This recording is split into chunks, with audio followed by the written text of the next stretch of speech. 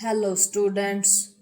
Dictation 5 second बाद शुरू होगा।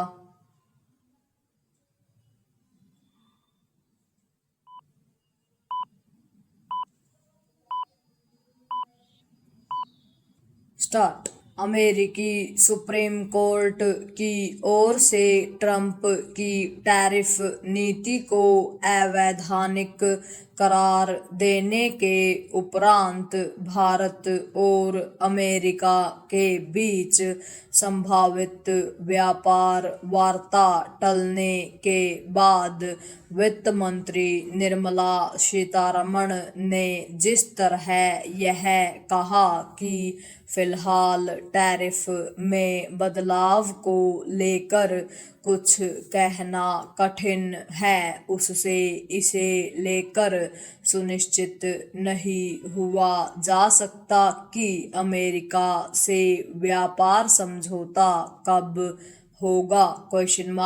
जब अमेरिकी राष्ट्रपति ने 25% टैरिफ घटाकर 18% करने एवं रूस से तेल खरीदने के कारण लगाए गए अतिरिक्त 25% टैरिफ को खत्म करने की घोषणा की थी और उसके बाद दोनों देशों की ओर से व्यापार समझौते को लेकर संयुक्त बयान जारी किया गया था, तो माना जा रहा था कि मार्च में यह समझौता हो जाएगा।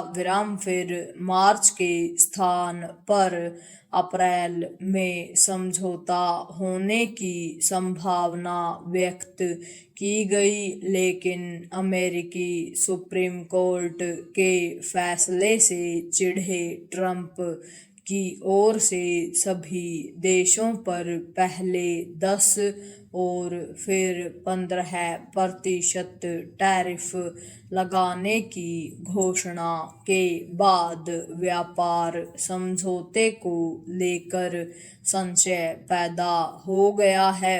फिलहाल न तो यह कहा जा सकता है कि अमेरिका के साथ अंतरिम व्यापार समझौता कब होगा और न ही यह कि इस समझौते की टैरिफ दरें क्या होंगी। पैरा। यह ठीक है कि वाणिज्य मंत्रालय बदले हालात की समीक्षा कर रहा है, लेकिन बहुत कुछ ट्रंप प्रशासन के रवैये पर निर्भर करेगा, जिसके स्थिर रहने का ठिकाना नहीं। इन स्थितियों में भारत के लिए उचित यही होगा कि वह अन्य देशों से व्यापार समझौते संबंधी वार्ताओं को गति प्रदान करे। इसके अतिरिक्त ब्रिटेन, न्यूजीलैंड, ओमान, यूरोपीय संघ आदि के साथ जो व्यापार समझौते हो चुके हैं उन्हें अंतिम रूप देने का काम यथाशीघ्र किया जाए।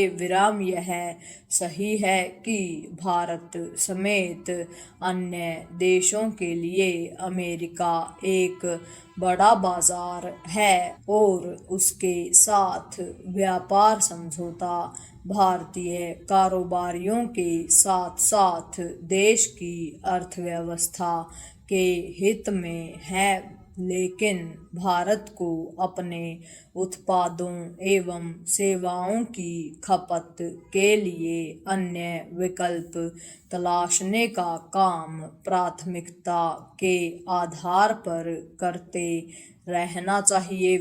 इसलिए इसमें ढील देना उचित नहीं होगा कि अंततः अमेरिका से व्यापार समझौता होना ही है।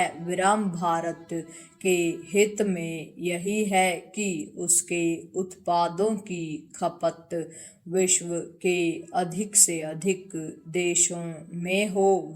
भारत को अपने उत्पादों के लिए अमेरिका के अतिरिक्त अन्य देशों को अनुकूल बाजार के रूप में इसलिए भी खोजना चाहिए क्योंकि इससे ही वह ग्लोबल सप्लाई चेन में चीन के दबदबे को खत्म कर सकता है और उन देशों की आकांक्षा भी पूरी कर सकता है जो भारत को चाइना +1 रणनीति के तहत एक प्रमुख देश के रूप में देख रहे हैं। विराम निसंदेह यह सब तब संभव होगा जब भारतीय कारोबारी अपने उत्पादों की गुणवत्ता और उत्पादकता